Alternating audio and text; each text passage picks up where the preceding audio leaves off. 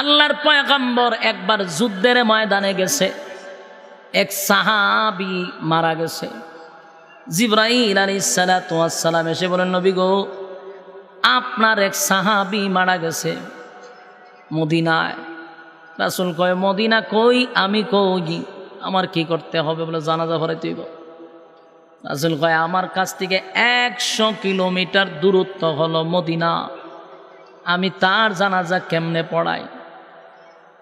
জিবরাইল কয়, হুজুর আপনি জানাজার জন্য রেডি হন, ব্যবস্থা হয়ে যাবে। সুবহানাল্লাহ।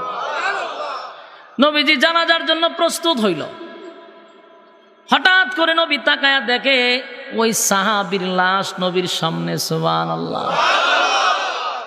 নবী জানাজা শুরু করছে, কিন্তু জানাজা শুরু করলো, জানাজা শেষ হওয়ার পরে দেখে চতুর্দিকটা অন্ধকার হয়ে গেছে। আল্লাহর নবী বলেন, জিবরাইল, আকাশটা মেঘাচ্ছন্ন হয়ে গেছে রে, আকাশটা তো মেঘাচ্ছন্ন হয়ে গেল, ঘটনা কি তা? আমি জানাজা শুরু করার সময় তো এমন অন্ধকার ছিল না, রুদ্র ছিল, কিন্তু এখন মেঘাচ্ছন্ন হয়েছে। আর আকাশটা মেঘাচ্ছন্ন হয়ে অন্ধকার হয়ে গেল, ঘটনা কি বুঝলাম না। ওই সাহাবীর নাম হলো মুআবিয়া ইবনে মুআবিয়া। এখন নবীজি, আপনার সাহাবীর জানাজার মধ্যে এত ফেরেশতা আসছে, ফেরেশতার কারণে সূর্যের আলো দেখা যায় না। আল্লাহর নবী বলেন, জিবরাইল, আমার মুআবিয়া ইবনে মুআবিয়ার জানাজা এত ফেরেশতা কেন গো? আমার মুআবিয়ার জানাজা এত ফেরেশতা কেন আসলো? কোথার থেকে আসলো? কেন আসলো? আমার মুআবিয়া কি আমল করে তার এত সম্মান আর মর্যাদা? আর জানাজা পড়ার জন্য অসংখ্য গণিত ফেরেশতা জমিনে আসছে, ফেরেশতাদের কারণে সূর্যের আলো জমিনে পড়ে না। আমার এই সাহাবী কি এমন আমল ছিল? জিবরাইল আলাইহিস সালাতু ওয়াস সালাম বলেন, আপনার এই সাহাবীর আমল হলো কুল হুয়াল্লাহর আমল। এ যুবক ভাই, এ মুরব্বিরা, দিলের কান লাগায় শুনেন, প্রতিদিন যদি সূরা ইখলাস তেলাওয়াত করি, আমাদের সময় অপচয় হবে, আমাদের কষ্ট হবে, ক্লান্তি আসবে। প্রতিদিন যদি 3 বার করেও পড়তে থাকিস, 1 মিনিটও লাগবে না 3 বার পড়তে। অথচ কত সময় আমরা নষ্ট করি। বাস্তব না বাস্তব? খেলা চললে ঘন্টার পর ঘন্টা খেলা যায়, কথা দেখুন না। বাইরে দেখবার লাগে আমরা টিভির সামনে বসে থাকি ঘন্টার পর ঘন্টা। যুবক ভাই, অথচ ঘন্টার পর ঘন্টা লাগবে না সূরা ইখলাস পড়তে, 3 বার পড়তে 1টা মিনিট লাগে না। প্রতিদিন আমলনামার মধ্যে 1 খতমের সওয়াব পাওয়া যাবে। আমরা গল্প করে সময় কাটাই, মসজিদ থেকে বেচারা নামাজ পড়ে, তসবিহ একটা হাতে লইয়া সুবহানাল্লাহ সুবহানাল্লাহ পড়তে পড়তে শাস্ত্র লগিয়া বয়, ওই সুবহানাল্লাহ পরে কয় টিভিটা চালু কর।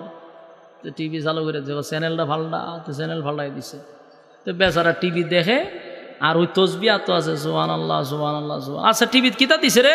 সুবহানাল্লাহ সুবহানাল্লাহ। চ্যানেল ফাল্টা সুবহানাল্লাহ সুবহানাল্লাহ।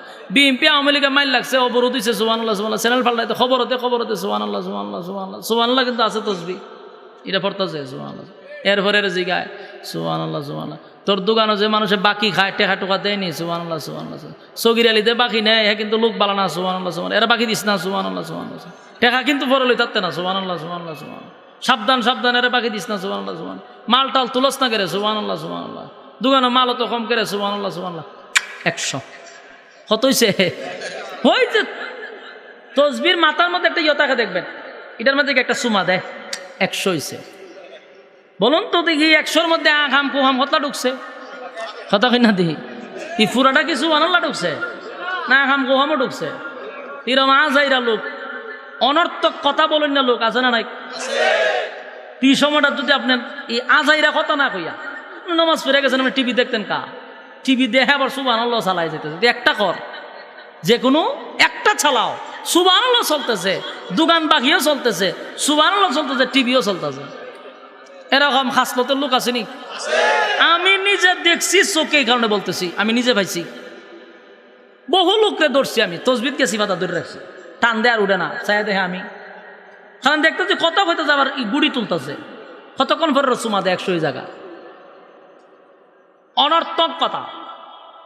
আল্লাহ বলেন জাহান্নামে যাওয়ার জন্য আরেকটা কারণ হলো অনর্থক কথাবার্তা বলা। এটা জানেননি যে অনর্থক কথা, বেহুদা কথা, অপ্রয়োজনীয় কথা বলার কারণে মানুষ যে জাহান্নামে যাইব? জানেন?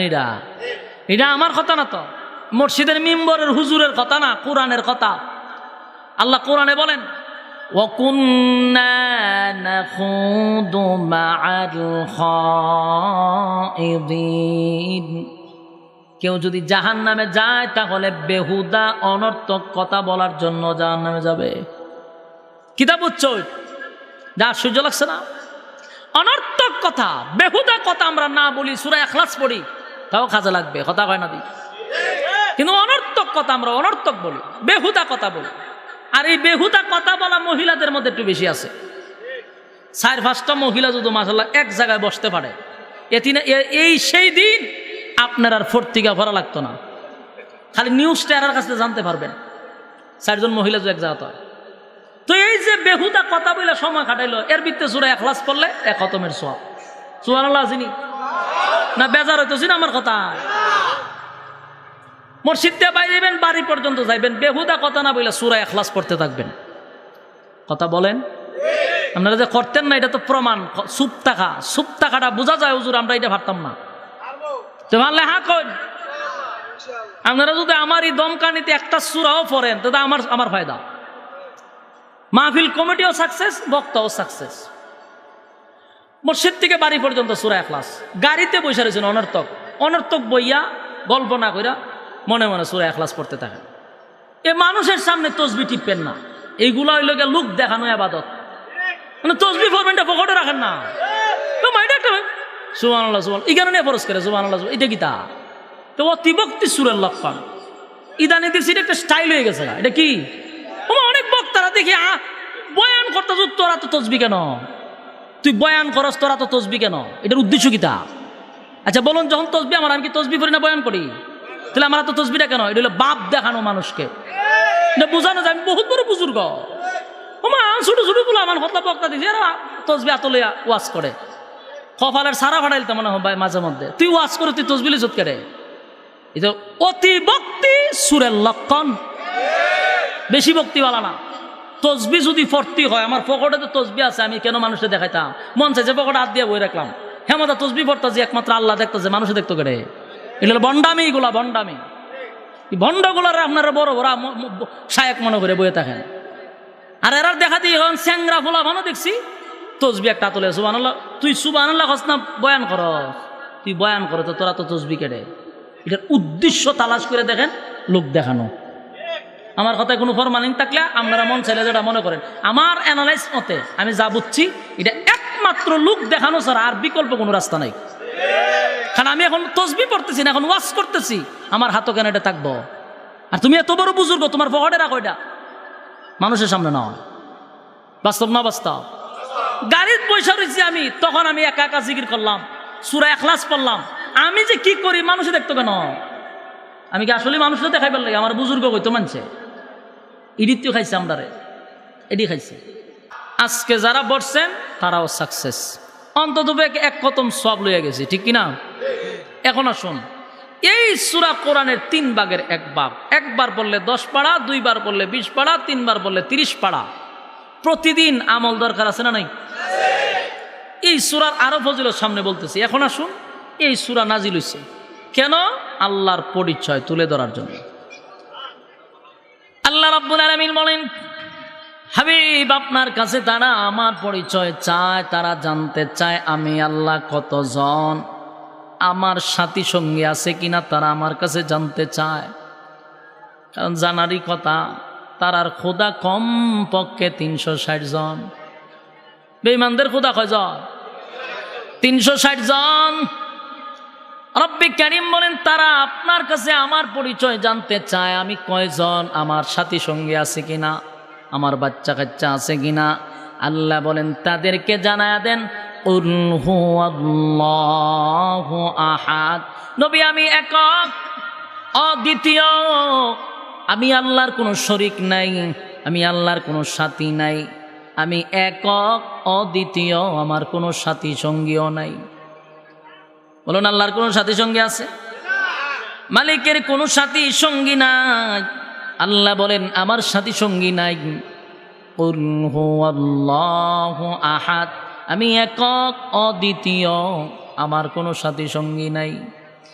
আল্লাহুস সামাদ, রব্বি কারীম বলেন আমি অমুকাফিক, আমি কারো উপর নির্ভর করি না। পৃথিবীর কেউ না কেউ অন্যের উপরে ডিপেন্ড করে, কিন্তু আল্লাহ বলেন আমি কারো মুকাফিক না। আল্লাহুস সামাদ, আমি আল্লাহ কারো মুকাফিক কি নয়। এরপর আল্লাহ বলেন তারা আপনার কাছে জানতে চায় আমার সাথী সঙ্গী আছে কিনা। আল্লাহ বলেন লাম ইয়ালিদ ওয়া লাম ইউলাদ, রব্বি কারীম বলেন লাম ইয়ালিদ ওয়া লাম ইউলাদ, আমি আল্লাহ কারো কাছ থেকে জন্ম নেই নাই, আমি আল্লাহ কাউকে জন্ম দেই নাই। বলুন আল্লাহ কারো কাছে জন্ম নিছে? কাউরে জন্ম দেয়? আল্লাহ বলেন লাম ইয়ালিদ ওয়া লাম ইউলাদ, আমি আল্লাহ কারো কাছ থেকে জন্ম নেই নাই, কাউকে জন্ম দেই নাই। এরপর আল্লাহ বলেন ওয়ালাম ইয়াকুল লাহু কুফুয়ান আহাদ, রব্বি কারীম বলেন আমার সমতুল্য আর কেউ নাই। বেঈমানরা রাসূলের কাছে আসছে আল্লাহর পরিচয় নেওয়ার জন্য, আল্লাহর পরিচয় জানার জন্য। আল্লাহ সূরা ইখলাস নাজিল করিয়া আল্লাহর পরিচয় তুলে ধরলেন কুল হুয়াল্লাহু আহাদ, আমি এক ও দ্বিতীয়। আল্লাহুস সামাদ, আমি কারো মুকাফিক কি নয়। লাম ইয়ালিদ ওয়া লাম ইউলাদ, আমি কারো কাছ থেকে জন্ম নেই নাই, কাউকে জন্ম দেই নাই। ওয়া লাম ইয়াকুল লাহু কুফুয়ান আহাদ, আমি আল্লাহর সমতুল্য আর কেউ নাই। বলুন আল্লাহ ছাড়া কোনো মাবুদ আছে? এক নাম্বার কথা কুল হুয়াল্লাহু আহাদ, নবী আপনি বলুন আমি এক অদ্বিতীয়। বলুন আল্লাহ ছাড়া কোনো ইলাহ আছে? আমরা বিশ্বাস করি, ঈমান আনছি আল্লাহ আপনি এক, আপনার পরে কোনো মাবুদ নাই, ঠিক কিনা? লা ইলাহা ইল্লাল্লাহ, লা ইলাহা লা ইলাহা ইল্লাল্লাহ, লা ইলাহা ইল্লাল্লাহ, লা ইলাহা। নেই কোনো মাবুদ আল্লাহ ছাড়া, নেই কোনো মাবুদ আল্লাহ ছাড়া, এক খোদার পর দুই খোদায়ার তিন খোদা, মোরা কিছু মানি না। বলো লা ইলাহা লা ইলাহা ইল্লাল্লাহ, লা নেই কোনো মাবুদ আল্লাহ ছাড়া, নেই কোনো মাবুদ আল্লাহ ছাড়া, এক খোদার পর দুই খোদায়ার তিন খোদা, মোরা কিছু মানি না। বলো লা ইলাহা ইল্লাল্লাহ, লা ইলাহা ইল্লাল্লাহ, নেই কোনো মাবুদ আল্লাহ ছাড়া। মুহাম্মাদুর রাসূলুল্লাহ সাল্লাল্লাহু আলাইহি ওয়াসাল্লাম আল্লাহর বান্দা এবং রাসূল।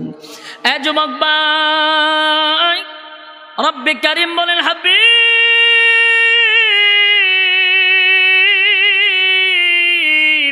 আপনার কাছে জানতে চাই আমি আল্লাহর পরিচয়, তার আপনার কাছে আমি আল্লাহর পরিচয় চাই। আপনি সূরা ইখলাসটা তুলে ধরুন, জানায়া দেন আমি আল্লাহ একক অদ্বিতীয়, আমার কোনো সাথী সঙ্গী নাই, আমার কোনো ইলাহ নাই, আমার কোনো কেউ নাই। আল্লাহ বলেন আমি কারো উপরে নির্ভর না, প্রত্যেকটা মাখলুকাত কারো না কারো উপরে নির্ভর করে। আল্লাহ বলেন আমি কারো কাছ থেকে জন্ম নেই নাই গো, আমি আল্লাহ কাউকে জন্ম দেই নাই। আসমান আর জমিনের মাঝখানে, আসমানের সাত আসমান সাত জমিন, যা দেখি না সব মিলাইয়া আল্লাহর সমতুল্য কেউ আছে। আল্লাহ বলেন ওয়ালাম ইয়াকুল লাহু কুফুয়ান আহাদ, আল্লাহ বলেন আমার সমতুল্য আর কেউ না।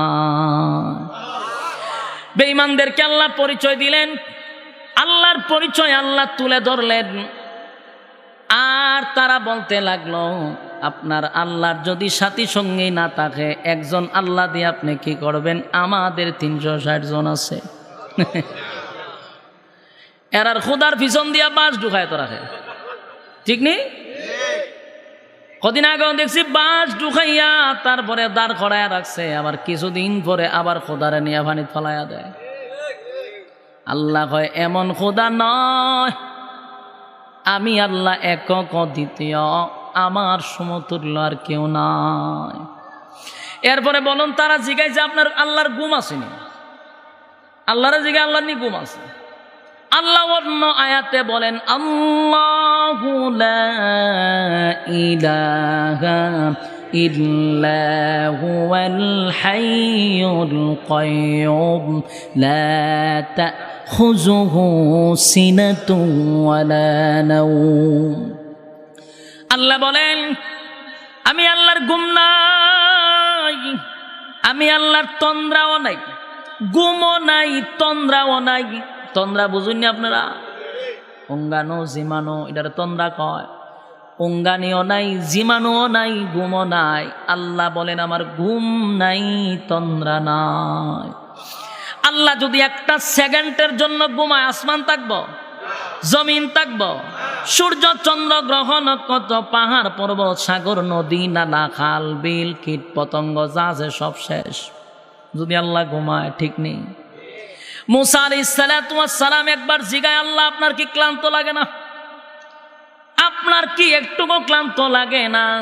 সাত আসমান সাত জমিন সূর্য চন্দ্র গ্রহ নক্ষত্র আপনার ইশারায় চলে, সব কিছু পরিচালনা কইরা গো আপনি মালিকের কি একটু ক্লান্ত লাগে না? এটা কিন্তু সরাসরি বলে নাই, মনে মনে। বলুন কি সরাসরি না মনে মনে? মনে মনে করেন ঘুমায় ঘুমায় ভাবতেছে আল্লাহ এত বড় আসমান চালায়, আল্লাহর কি একটু ক্লান্ত লাগে না? আল্লাহর কি একটু ঘুমায় ধরে না? এটা মনে মনে ভাবতেছে। মনে মনে কিছু বললে জানে কে? মনে মনে মনে মনে কল্পনায় কল্পনায় ভাবতেছিল আল্লাহর কি ঘুম নাই, তন্দ্রা নাই। কিন্তু আল্লাহ তো মনের কথা যাই না বলাইছে। সাথে সাথে জিব্রাইল মুসা নবীর সামনে হাজির। জিব্রাইল কয় নবীজি, মুসা পয়গম্বর ঘুমাইয়া ঘুমাইয়া ঘুমাইয়া আপনি কি ভাবতেছেন? আল্লাহর ঘুম নাই, তন্দ্রা নাই। মুসা নবী লাভ মাইরা দাঁড়ায় কয় জিব্রাইল রে, এটা তো আমার মনের কথা, তুই জানলে কেমনে? এটা তো আমি মনে মনে ভাবতেছিলাম। এ জিব্রাইল কেমনে জানলি? জিব্রাইল কয় আপনি মনে মনে ভাবতেছেন, আমি জানবো কেমনে? আমি তো গায়েবের খবর জানি না, যিনি জানেন তিনি হলেন আল্লাহ। মুসা নবী কইতে তখন মহাবিপদ, আল্লাহ জানছে মনে মনে ভাবতেছিলাম, কোনো বিপদ আসেনি? আছে। বলে কি? বলে আপনি দুই হাতে দুইটা গ্লাস লইয়া দাঁড়ায় থাকবেন, এটা আপনার শাস্তি। দুই হাতে দুই গ্লাস এইভাবে, কথা বুঝতেছেন নি? এই হাতেই হাতে একটা কতক্ষণ দাঁড়ায় থাকতে পারবে? 1 ঘন্টা 2 ঘন্টা 3 ঘন্টা এর বেশি বানা দিব? দাঁড়ায় থাকবেন, লড়াচড়া করতে পারবেন না, গ্লাসের পানি পড়তে পারবে না। মুসা নবী জিগায় কতক্ষণ? জিব্রাইল কয় আমি জানি না, আনলিমিটেড দাঁড়ায় থাকেন। মুসা আলাইহিস সালাতু ওয়াস সালাম দুই হাতে দুই গ্লাস লইয়া দাঁড়ায়া থাকলো। ঘন্টার পর ঘন্টা দাঁড়ায়া থাকতে থাকতে শরীরের মধ্যে একটা ক্লান্ত চলে আসছে, খুব ক্লান্তি আসছে। মানুষের ক্লান্তি আসলে দেখবেন তখন মানুষের শরীরে ঘুম আসে, কথা কন্যা দি, ক্লান্ত হইলেই ঘুমে ধরে। মুসা নবীর শরীরটা ক্লান্ত, একটা ঘুম ঘুম ভাব আসতেছে, কিন্তু দুই হাতে গ্লাস, ই দাঁড়াইয়া ঘুম আইসা পড়ছে, তন্দ্রা আইসা পড়ছে। 1 সেকেন্ডের একটা তন্দ্রা আসছে, 2 গ্লাস হাত থেকে পড়ে গেছে। ঘুমাইছে না একটু তন্দ্রা আসছে, তন্দ্রা আসার সাথে সাথে কি হয়েছে, গ্লাস আর হাত রয়েছে।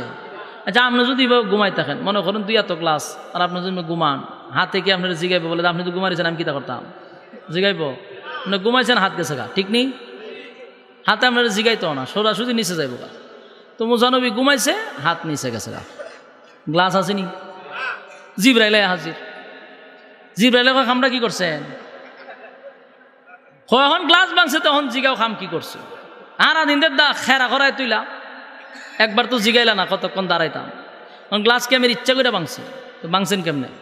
ঘুমে ধরছে, ঘুমে ধরছে, আমার তন্দ্রা আসছে, তো গ্লাস পড়ে ভেঙে গেছে। খামটা করলেন কি? মুসা আলাইহিস সালাতু ওয়াস সালাম বারবার বলল, দেখো আমি ইচ্ছাকৃত ভাঙি নাই, আমার তন্দ্রা আসছে তো গ্লাস পড়ে ভেঙে গেছে। এবার জিবরাইল জিগায়, মুসা গো কতক্ষণ ঘুমাইছেন? বলে কি এর ঘুমাইতাম, 1 সেকেন্ড মনে হয় একটু ঘুমের ভাব আইছে। তো তার মানে কি ঘুমান নাই? না। এ মুসা পয়গম্বর, 1 সেকেন্ড তো ঘুমান নাই গো। 1 সেকেন্ডের ঘুমের কারণে 2টা গ্লাস আপনার হাতে থাকলো না, নিয়ন্ত্রণের বাহিরে চলে গেল।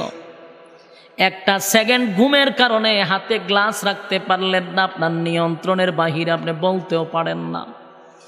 আর যার হাতে 7 আসমান, যার হাতে 7 জমিন, সূর্য চন্দ্র গ্রহ নক্ষত্র পাহাড় পর্বত সাগর নদী নালা, যা দেখি যা দেখি না, সব যেই মালিকের হাতে, উনি যদি ঘুমায়া যায়, বলো না জমিনের কি হবে, আসমানের কি হবে, থাকবো না কিছু? এ যুবক ভাই,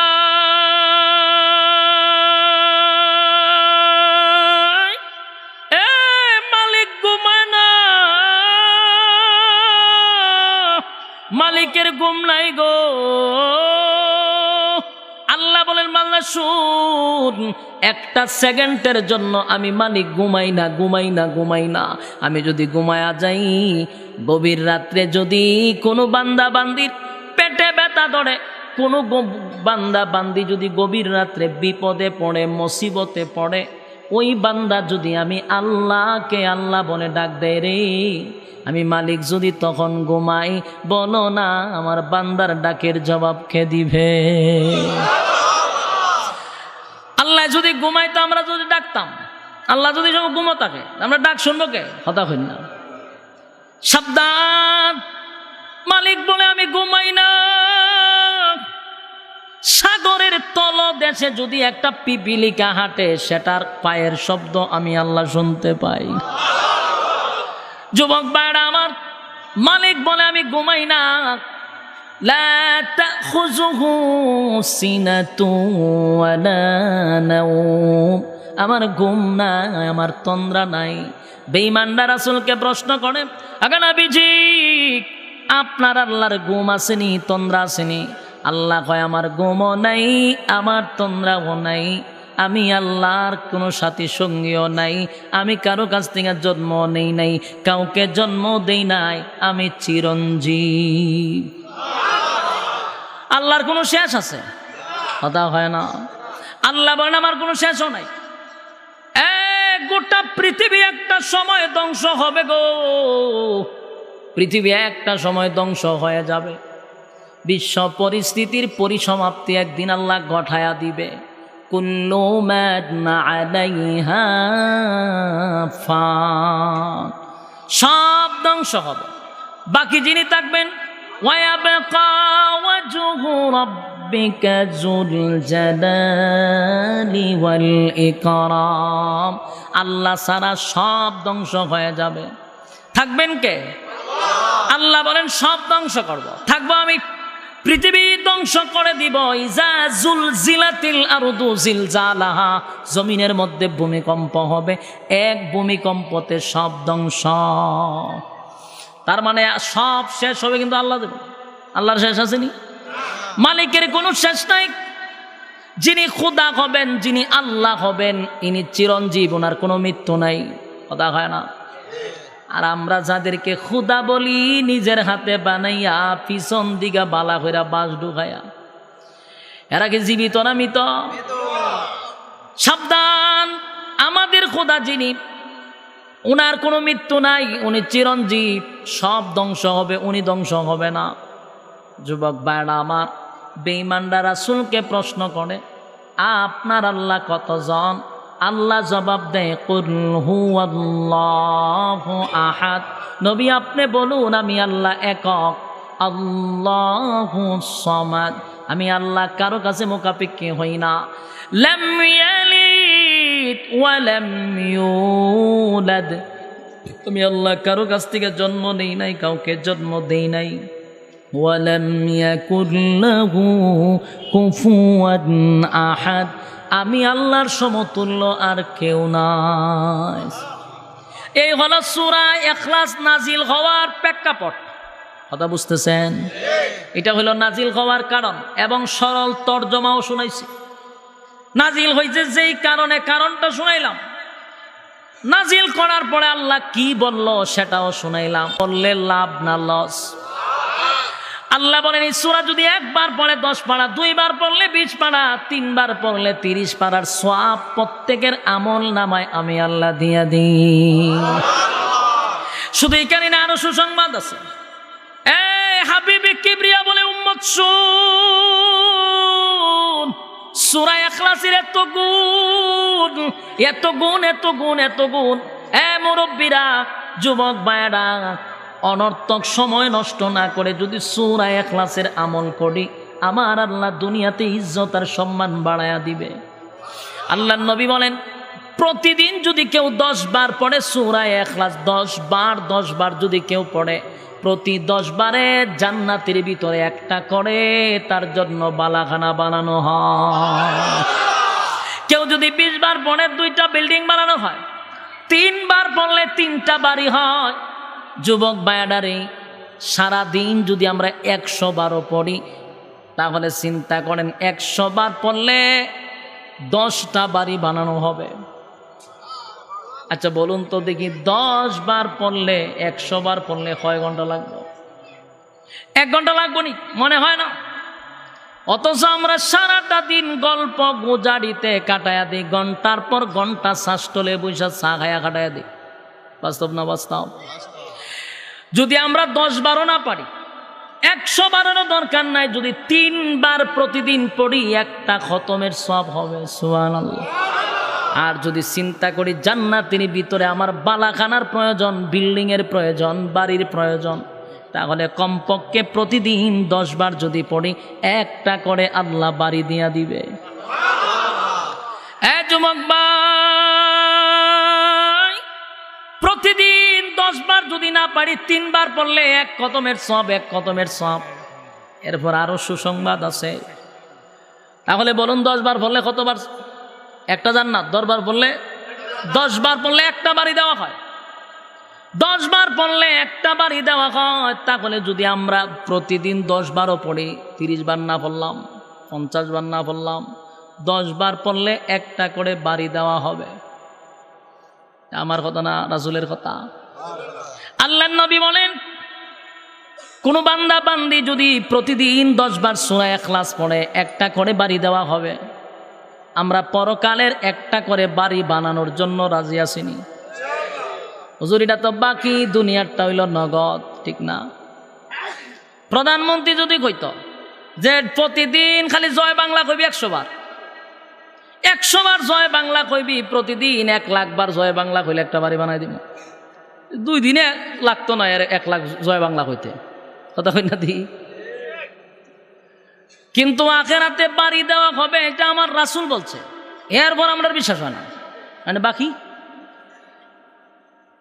বাসার থেকে বাজারে যাওয়ার সময় যেইটুকু রাস্তা, এই সময়টা যদি অনর্থক কথাবার্তা না বলে পড়তে থাকে কুল হুয়াল্লাহু আহাদ আল্লাহুস সামাদ লাম ইয়ালিদ ওয়া লাম ইউলাদ ওয়া লাম ইয়াকুল লাহু কুফুয়ান আহাদ।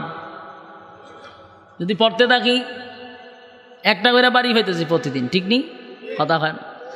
সূরা ইখলাসের এত গুণ, এত গুণ, এত গুণ, এত গুণ, এত গুণ। আল্লাহ বলেন সূরা ইখলাস এমন একটা সূরা, এটা সূরা ইখলাস যদি মহব্বত করে আপনি প্রতিদিন পড়েন, আল্লাহর নবী বলেন ওয়াজিব হবে জান্নাতে যাওয়ার জন্য। সুবহানাল্লাহ। বাড়ি গিয়া কইেন জোরে কোন আল্লাহু আকবার, আরো জোরে কোন আল্লাহু আকবার। যদি কেউ প্রতিদিন আমল করে এবং মহব্বতের সহিত সূরা ইখলাস পড়ে, রাসূল বলেন জান্নাতে যাওয়ার জন্য ওয়াজিব হয়ে গেছে। আল্লাহু আকবার শরীফ, ওয়াজিব হয়ে যাবে, সাধারণ কথা নয়। এই আমল যদি প্রতিদিন আমরা করতে পারি, আল্লাহর নবী বলেন সূরা ইখলাস এমন একটা সূরা, মহব্বত করে যদি কেউ পড়ে তাহলে তার জন্য জান্নাত ওয়াজিব হয়ে যায়। একজন সাহাবীর নামে বিচার আসছে, হুজুর উনাকে আপনি ইমাম বানাইয়া পাঠাইছেন, ইমাম যে বানাইয়া পাঠাইছেন উনি প্রতি ওয়াক্তে খালি সূরা ইখলাস পড়ে।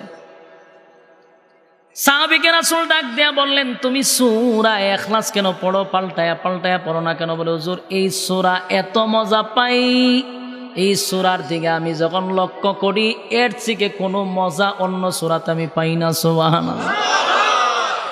সূরাটা এত মজা, অর্থের দিকে খেয়াল যদি করেন তাহলে বুঝবেন আল্লাহর সব পরিচয় সূরার ভিতরে ঢুকাইয়া দিছে। সুবহানাল্লাহ।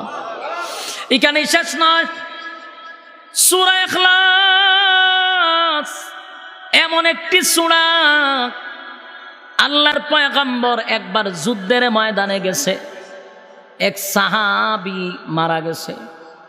জিবরাইল আলাইহিস সালাতু ওয়াস সালাম এসে বলেন নবী গো আপনার এক সাহাবী মারা গেছে মদিনায়। রাসূল কয় মদিনা কই? আমি কই আমার কি করতে হবে? বলে জানাজা পড়াইতে হইব। রাসূল কয় আমার কাছ থেকে 100 কিলোমিটার দূরত্ব হলো মদিনা, আমি তার জানাজা কেমনে পড়াই? জিবরাইল কয় হুজুর আপনি জানাজার জন্য রেডি হন, ব্যবস্থা হয়ে যাবে। সুবহানাল্লাহ। নবীজি জানাজার জন্য প্রস্তুত হইল। হঠাৎ করে নবী তাকায়া দেখে ওই সাহাবীর লাশ নবীর সামনে। সুবহানাল্লাহ।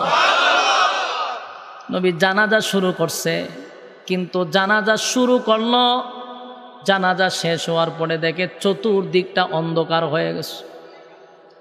আল্লাহর নবী বলেন জিবরাইল আকাশটা মেঘাচ্ছন্ন হয়ে গেছে রে, আকাশটা তো মেঘাচ্ছন্ন হয়ে গেল, ঘটনা কি তা? আমি জানাজা শুরু করার সময় তো এমন অন্ধকার ছিল না, রুদ্র ছিল, কিন্তু এখন মেঘাচ্ছন্ন হয়েছে। আর আকাশটা মেঘাচ্ছন্ন হয়ে অন্ধকার হয়ে গেল, ঘটনা কি বুঝলাম না। ওই সাহাবীর নাম হলো মুআবিয়া ইবনে মুআবিয়া। এখন নবীজি আপনার সাহাবীর জানাজার মধ্যে এত ফেরেশতা আসছে, ফেরেশতার কারণে সূর্যের আলো দেখা যায় না। আল্লাহর নবী বলেন জিবরাইল আমার মুআবিয়া ইবনে মুআবিয়ার জানাজা এত ফেরেশতা কেন গো? আমার মুআবিয়ার জানাজা এত ফেরেশতা কেন আসলো? কোথার থেকে আসলো? কেন আসলো? আমার মুআবিয়া কি আমল করে তার এত সম্মান আর মর্যাদা? আর জানাজা পড়ার জন্য অসংখ্য গণিত ফেরেশতা জমিনে আসছে, ফেরেশতাদের কারণে সূর্যের আলো জমিনে পড়ে না। আমার এই সাহাবী কি এমন আমল ছিল? জিবরাইল আলাইহিস সালাতু ওয়াস সালাম বলেন আপনার এই সাহাবীর আমল হলো কুল হুয়াল্লাহর আমল। এ যুবক ভাই, এ মুরব্বিরা দিলের কান লাগায় শুনেন, প্রতিদিন প্রতিদিন যদি সূরা ইখলাস তেলাওয়াত করি আমাদের সময় অপচয় হবে, আমাদের কষ্ট হবে, ক্লান্তি আসবে।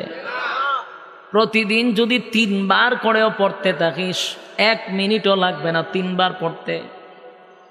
অথচ কত সময় আমরা নষ্ট করি। বাস্তব না বাস্তব? খেলা চললে ঘন্টার পর ঘন্টা খেলা যায়, কথা দেখুন না। বাইরে বাইরে দেখবার লাগে আমরা টিভির সামনে বসে থাকি ঘন্টার পর ঘন্টা। যুবক ভাই, অথচ ঘন্টার পর ঘন্টা লাগবে না সূরা ইখলাস পড়তে, 3 বার পড়তে 1টা মিনিট লাগে না। প্রতিদিন আমলনামার মধ্যে 1 খতমের সওয়াব পাওয়া যাবে। আমরা গল্প করে সময় কাটাই, মসজিদ থেকে বেচারা নামাজ পড়ে তসবিহ একটা হাতে লইয়া সুবহানাল্লাহ সুবহানাল্লাহ পড়তে পড়তে শাস্ত্র গিয়া বয়। ওয়া সুবহানাল্লাহ পরে কয় টিভিটা চালু কর। তো টিভি চালু করে দেখো চ্যানেলটা ফাল্টা, তো চ্যানেল ফাল্টাই দিছে। তো বেচারা টিভি দেখে আর ওই তসবিহ তো আছে সুবহানাল্লাহ সুবহানাল্লাহ সুবহান। আচ্ছা টিভি কিতা দিছে রে? সুবহানাল্লাহ সুবহানাল্লাহ। চ্যানেল ফাল্টা সুবহানাল্লাহ সুবহানাল্লাহ। বিএনপি আওয়ামী লীগের মাইল লাগছে, অবরোধ দিছে সুবহানাল্লাহ সুবহানাল্লাহ। চ্যানেল ফাল্টাইতে খবর হতে সুবহানাল্লাহ সুবহানাল্লাহ সুবহানাল্লাহ সুবহানাল্লাহ, কিন্তু আছে তসবিহ, এটা পড়তেছে সুবহানাল্লাহ। এরপরে জিগায় সুবহানাল্লাহ সুবহানাল্লাহ। তোর দোকানে যে মানুষে বাকি খায় টেকা টোকা দেয়নি সুবহানাল্লাহ সুবহানাল্লাহ। সগির আলিতে বাকি নেয়, হ্যাঁ কিন্তু লোক বালা না সুবহানাল্লাহ সুবহানাল্লাহ। এরা বাকি দিস না সুবহানাল্লাহ সুবহানাল্লাহ। টেকা কিন্তু পরে লই থাকতে না সুবহানাল্লাহ সুবহানাল্লাহ সুবহানাল্লাহ। সাবধান সাবধান, এরা বাকি দিস না সুবহানাল্লাহ সুবহানাল্লাহ। মাল টাল তুলস না করে সুবহানাল্লাহ সুবহানাল্লাহ। দোকানে মালও তো কম করে সুবহানাল্লাহ সুবহানাল্লাহ। 100 কত হইছে?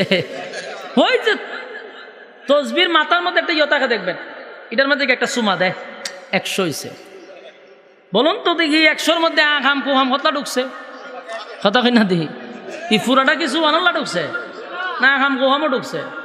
এরম আজাইরা লোক, অনর্থক কথা বলেন না লোক আছে না নাই?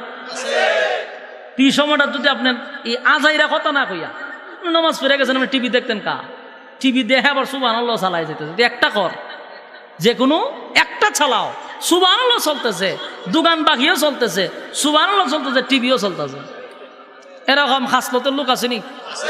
আমি নিজে দেখছি, চোখে এই কারণে বলতেছি, আমি নিজে পাইছি। বহু লোককে ধরছি আমি, তসবিহ গেছি বাধা ধরে রাখছি, টান দেয় আর উঠে না, চাই দেখে আমি কারণ দেখতেছি কত হইতেছে, আবার গুড়ি তুলতেছে, কতক্ষণ পরে রসুমা দেয় 100 জায়গা। অনর্থক কথা। আল্লাহ বলেন জাহান্নামে যাওয়ার জন্য আরেকটা কারণ হলো অনর্থক কথাবার্তা বলা। এটা জানেননি যে অনর্থক কথা, বেহুদা কথা, অপ্রয়োজনীয় কথা বলার কারণে মানুষ যে জাহান্নামে যাইব? জানেন এটা? এটা আমার কথা না, তো মসজিদের মিম্বরের হুজুরের কথা না, কোরআনের কথা। আল্লাহ কোরআনে বলেন ওয়াকুন্না নাখুদু মা'আল খাইদিন। কেউ যদি জাহান্নামে যায় তাহলে বেহুদা অনর্থক কথা বলার জন্য জাহান্নামে যাবে। কিতাব বুঝছো? যা সহ্য লাগছে না?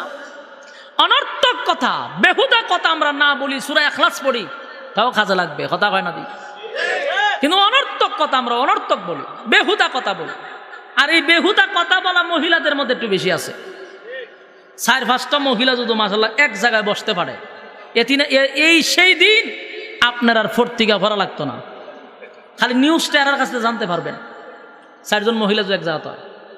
তো এই যে বেহুদা কথা বলে সময় কাটাইলো, এর ভিতরে সূরা ইখলাস পড়লে 1 খতমের সওয়াব। সুবহানাল্লাহ আসেনি না? বেজার হইতেছি না আমার কথা? মসজিদ থেকে বাইরে যাবেন, বাড়ি পর্যন্ত যাইবেন, বেহুদা কথা না বলে সূরা ইখলাস পড়তে থাকবেন। কথা বলেন? আপনারা যে করতেন না, এটা তো প্রমাণ। সুপ টাকাটা বোঝা যায় হুজুর, আমরা এটা ভাবতাম না। তো মানলে হ্যাঁ কই, আপনারা যদি আমার এই দমকানিতে একটা সূরাও পড়েন তাতে আমার ফায়দা। মাহফিল কমিটিও সাকসেস, বক্তাও সাকসেস। মসজিদ থেকে বাড়ি পর্যন্ত সূরা ইখলাস। গাড়িতে বসে রয়েছেন অনর্থক বইয়া গল্প না কইরা মনে মনে সূরা ইখলাস পড়তে থাকেন। এ মানুষের সামনে তসবিহ টিপবেন না, এইগুলা হইল গিয়ে লোক দেখানো ইবাদত। মানে তসবিহ পড়বেনটা পকেটে রাখেন না,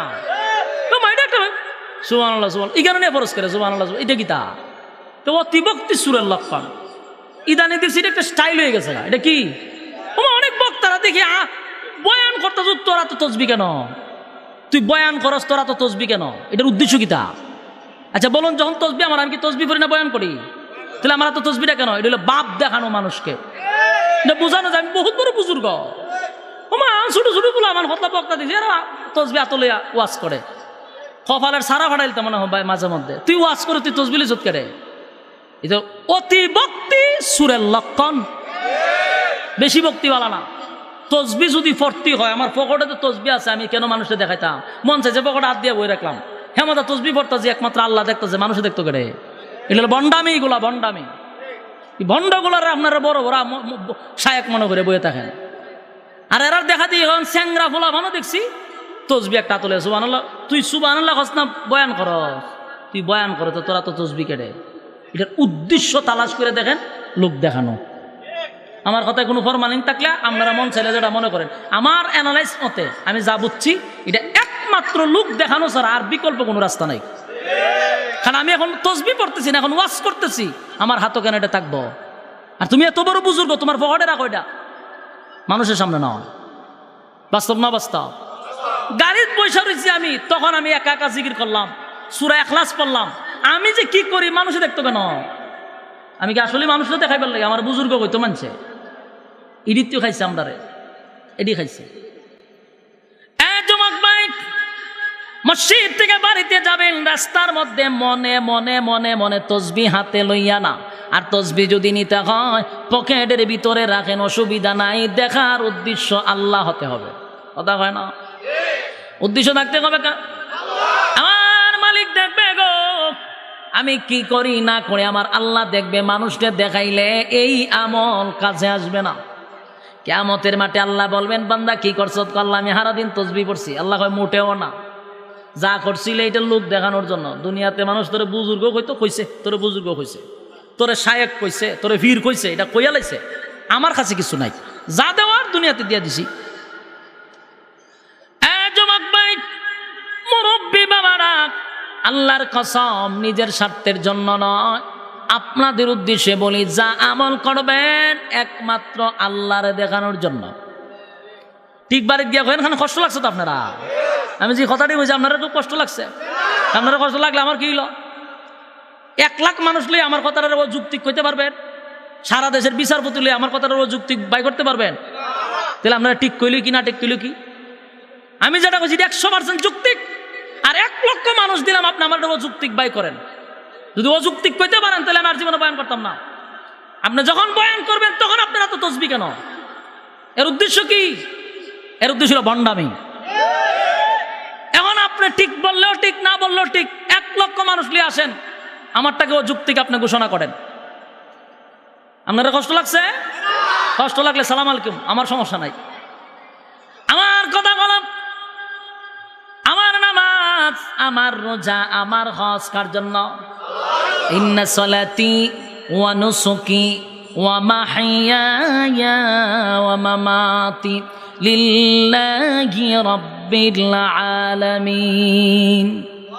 এই আয়াত যদি আপনি অস্বীকার করেন তাহলে আপনার সাথে আমার কোনো দলিল নাই। আর এই আয়াতের অর্থ যদি তুই লেখন বলে ঠিক আছে, কারণ আমার নামাজ, আমার রোজা, আমার হজ, আমার যাকাত, আমার জীবন, আমার মরণ কার জন্য? লিল্লাহি রাব্বিল আলামিনের জন্য। সব কিছু যদি আল্লাহর জন্য হয়, বাকিটা মানুষের জন্য কেন হবে? কথা বলেন। ইন্না সলাতি ওয়া নুসুকি ওয়া মাহইয়ায়া ওয়া মামাতি লিল্লাহি রাব্বিল আলামিন।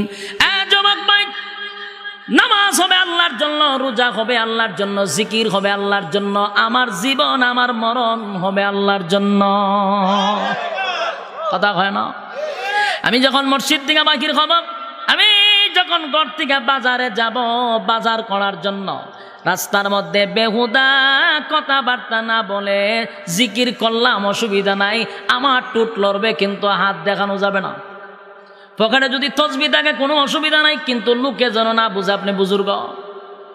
আপনি মনে মনে পড়ুন, অথবা সূরা ইখলাস পড়তে দেখুন, কমপক্ষে 10 বার জান্নাতের ভিতরে একটা বাড়ি দেওয়া হবে। আর সূরা ইখলাস পড়লে রব্বে কারীম বলেন, আল্লাহর নবী বলেন সূরা ইখলাস যদি কোনো বান্দা বান্দি প্রতিদিন পড়ে, দুনিয়ার জমিনে যেমন তার ইজ্জত আর সম্মান বেড়ে যায় রে, পরকালেও তার ইজ্জত বেড়ে যায়। আসমানওয়ালার কাছে সম্মান বেড়ে যায়, জমিনওয়ালার কাছে সম্মান, মানুষের কাছে সম্মান, সব মহলে আপনার ইজ্জত বাড়ায়া দিবে কে?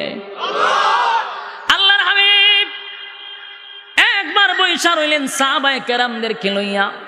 জিবরাইল আলাইহিস সালাতু ওয়াস সালাম নবীর কাছে আসছে, কি যেন বলবে। হঠাৎ করে জিবরাইল আলাইহিস সালাতু ওয়াস সালাম কথা বন্ধ করে দিল। আল্লাহর নবী জিগায়, জিবরাইল কথার মাঝখান দিয়া চুপ হয়ে গেল, ঘটনা কি? বলে হুজুর এমন একজন সাহাবী আপনার কাছে আসতেছে, আমি এখন আর কথা বলবো না, ওই সাহাবী চলে যাওয়ার পরে কথা বলবো। আল্লাহর নবী বলেন কোন সাহাবী? বলে আপনার সাহাবী আবু যর গিফারী রাদিয়াল্লাহু তাআলা আপনার কাছে আসতেছে। নবীজি আশ্চর্য হয়ে গেল, আমার আবু যরের দেখা জিবরাইল কথা বন্ধ করে দিল। আমার আবু যরের এত দাম, জিবরাইল রে আমার আবু যরকে কি তুমি চিনো? জিবরাইল খোঁজরিটা কিতা কইলেন, আমি জিবরাইল কেন, আসমানের এমন কোন ফেরেশতা নাই আবু যররে চিনে না। একটা জবান বন্ধ রাখবেন না, বলুন আল্লাহু আকবার। আরো জোরে বলুন আল্লাহু আকবার। ইমানের আওয়াজ দিয়ে বলুন আল্লাহু আকবার। আসমানের এমন কোন ফেরেশতা নাই গো যে ফেরেশতা আবু যররে চিনে না। আমার নবী বলেন আমার আবু যরের এত দাম, এত দাম, এত দাম, এত দাম, এত ইজ্জত আর এত সম্মান, জিবরাইল তো চিনে, আকাশের সমস্ত ফেরেশতারা চিনে। জিবরাইল কয় নবী গো আপনার আবু যররে দেখলে আসমানের ফেরেশতারা পর্যন্ত লজ্জা পায়। উনি এত নম্র, এত ভদ্র, উনি এত নম্র, এত ভদ্র একজন সাহাবী আবু যর। এই আবু যর জিবরাইল বলেন উনি যেহেতু আসছে ওনাকে আগে কথা বলতে দেন, আমি পরে বলবো। আল্লাহর নবী জিগা, আবু যর রে কি এমন আমল করো যে আমলের কারণে আসমানের ফেরেশতারা তোমাকে চিনে, জিবরাইল তোমাকে সম্মান করে? কি এমন আমল করো? আবু যর বলে নবী গো আমার কোনো আমল নাই, আমার টুটাপাটা আমল দিয়ে আমি অহংকার দেখাই না, কিন্তু আমি জানি না আমার মালিক আমাকে কোন আমলের দ্বারা এত সম্মান করছে। তো আমি জানি উল্লেখযোগ্য একটা আমল হলো আমি প্রতিনিয়ত সময় পাইলি সূরা ইখলাস পড়ি। সূরা ইখলাস পড়ার কারণে রে যুবক ভাই, সূরা ইখলাস পড়ার কারণে আমার মালিক এত সম্মান আর এত মর্যাদা বাড়ায়া দিছে। আসমানের ফেরেশতারা চিনে রে, ফেরেশতারা পর্যন্ত লজ্জা পায়। এত লাজুক ছিলেন আবু যর। যুবক ভাইরা, আবু যররে সম্মান দিছে ফেরেশতারা। এই ফেরেশতা আছে না নাই? এখনো যদি তুমি আর আমি সূরা ইখলাসের প্রতি আমল করি, আমার আল্লাহ বলেন এখনো ফেরেশতা আছে, এখনো তোমাদেরকে সম্মান করবে। তাই প্রতিদিন নিয়ত করবা কমপক্ষে 3 বার, বেশি পড়লে 10 বার, এর থেকে বেশি পড়লে 100 বার। পারব? কথা কন্যা দি 3 বার যদি পড়ি 1 খতমের সওয়াব পাওয়া যায়, 10 বার পড়লে জান্নাতের ভিতরে একটা বাড়ি পাওয়া যায়। এর থেকে বেশি বেশি বেশি বেশি যদি পড়তে থাকি, আমার নবী বলেন ওই লোকটার জন্য জান্নাত ওয়াজিব। সূরা ইখলাস এমন একটি সূরা, এই সূরা হলো শানে ইলাহি, আল্লাহর শান আর মান মর্যাদা নিয়ে আলোচনা। ব্যতিক্রম সূরা রে, গোটা কোরআনের যত সূরা আছে কোনো না কোনো সাবজেক্ট, কোনো না কোনো প্রাসঙ্গিক কথা আল্লাহ সূরার ভিতরে তুলে ধরছে, কিন্তু সূরা ইখলাস আর সূরা কাউসার প্রাসঙ্গিক কোনো আলোচনা নাই। সূরা ইখলাসে আল্লাহর শান আর মান মর্যাদা নিয়া, সূরা কাউসারে নবীজির শান আর মান মর্যাদা নিয়া।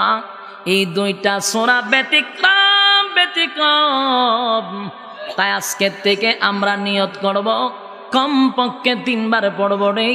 এক খতমের সওয়াব ঘুমাইবার আগে যেন আমরা পড়ে ঘুমাই, ঘুমাইবার সময় এক খতম কোরআনের সওয়াব লইয়া ঘুমাইব।